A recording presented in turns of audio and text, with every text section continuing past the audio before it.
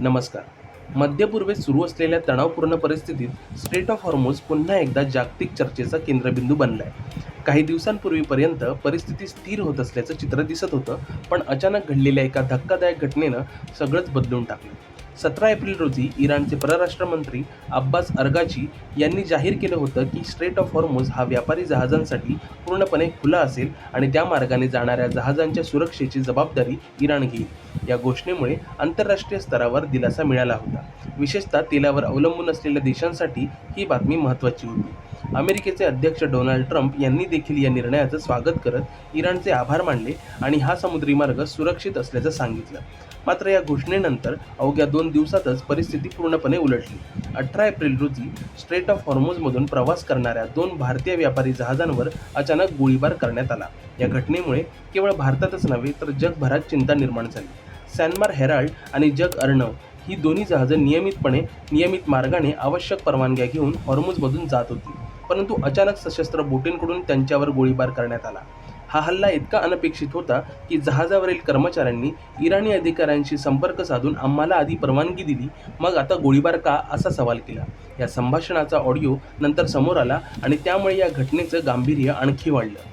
या हल्ल्यामागे इराणच्या Islamic revolutionary guard corps म्हणजेच IRGCचा हात असल्याचं समोर आलंय. ही इराणची एक शक्तिशाली लष्करी शाखा असून ती विशेषतः हॉर्मूजसारख्या संवेदनशील भागांवर नियंत्रण ठेवते. या घटनेनंतर दोन्ही भारतीय जहाजांना आपले मार्ग बदलावे लागले आणि सुदैवाने कोणतीही जीवितहानी झाली नाही. मात्र या गोळीबारामुळे समुद्रात मोठा तणाव निर्माण झाला आणि इतर अनेक देशांच्या जहाजांनीही सावधगिरी बाळगायला सुरुवात केली. या संपूर्ण घटनेमागचं मूळ कारण पाहिलं तर अमेरिका आणि इराण यांच्यात सुरू असलेला संघर्ष महत्त्वाचा ठरतो. गेल्या काही महिन्यांपासून या 2 देशांमध्ये तणाव वाढत असून त्यांचा परिणाम थेट हॉर्मूजसारख्या महत्त्वाच्या मार्गावर दिसून येतोय.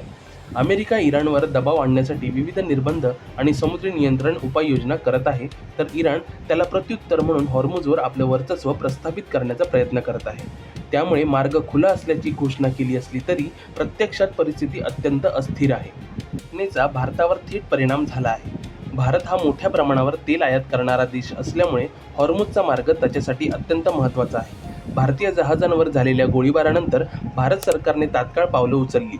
दिल्लीतील इराणच्या राजदूताला तातडीने बोलावून या घटनेबाबत तीव्र निषेध नोंदवण्यात आला. भारताने स्पष्ट शब्दात सांगितलं की भारतीय जहाजांची सुरक्षा ही सर्वोच्च प्राधान्याची बाब आहे आणि अशा घटना सहन केल्या जाणार नाहीत. या निर्णयामुळे भारत-इराण संबंधांमध्ये तणाव वाढण्याची शक्यता निर्माण झाली आहे. जागतिक स्तरावरही या घटनेचे मोठे परिणाम दिसून येत आहेत. स्ट्रेट ऑफ हॉर्मूजमधील कोणतीही अस्थिरता थेट जागतिक तेल बाजारावर परिणाम करते. या घटनेनंतर तेलाच्या किमती वाढण्याची भीती व्यक्त केली जात आहे. अनेक देशांनी आपल्या जहाजांना पर्यायी मार्ग शोधण्याच्या सूचना दिल्यात. यामुळे वाहतूक खर्च वाढण्याची शक्यता असून जागतिक अर्थव्यवस्थेवर त्याचा परिणाम होऊ शकतो. या सगळ्या पार्श्वभूमीवर एक महत्त्वाचा प्रश्न उपस्थित होतो. यामुळे पुन्हा मोठं युद्ध सुरू होईल का? सध्या परिस्थिती अत्यंत नाजूक आहे. अमेरिका आणि इराण यांच्यातील तणाव आधीच उच्च पातळीवर आहेत आणि अशा घटनांमुळे तो आणखी वाढू शकतो. मात्र पूर्ण प्रमाणात युद्ध सुरू होण्याची शक्यता सध्या तरी कमी मानली जाते, कारण त्याचा परिणाम संपूर्ण जगावर होऊ शकतो. अनेक देश या परिस्थितीला शांततेने सोडवण्याचा प्रयत्न करत आहेत. एकंदरीत पाहता स्ट्रेट ऑफ हॉर्मूजमधील ही घटना केवळ 2 जहाजांवरील हल्ला नाही, तर ती जागतिक राजकारण, अर्थव्यवस्था आणि सुरक्षेच्या दृष्टीने अत्यंत महत्त्वाची घडामोड आहे. मार्ग खुला आहे या घोषणेनंतर ही प्रत्यक्षात किती धोका आहे हे या घटनेनं स्पष्ट केले. भारतासाठी हा एक गंभीर इशारा देणारी घटना आहे, ज्यामुळे भविष्यातील धोरणांमध्ये बदल होण्याची शक्यता असून पुढील काही दिवसांमध्ये या तणावाचं रूप काय असेल याकडे संपूर्ण जगाचं लक्ष लागले.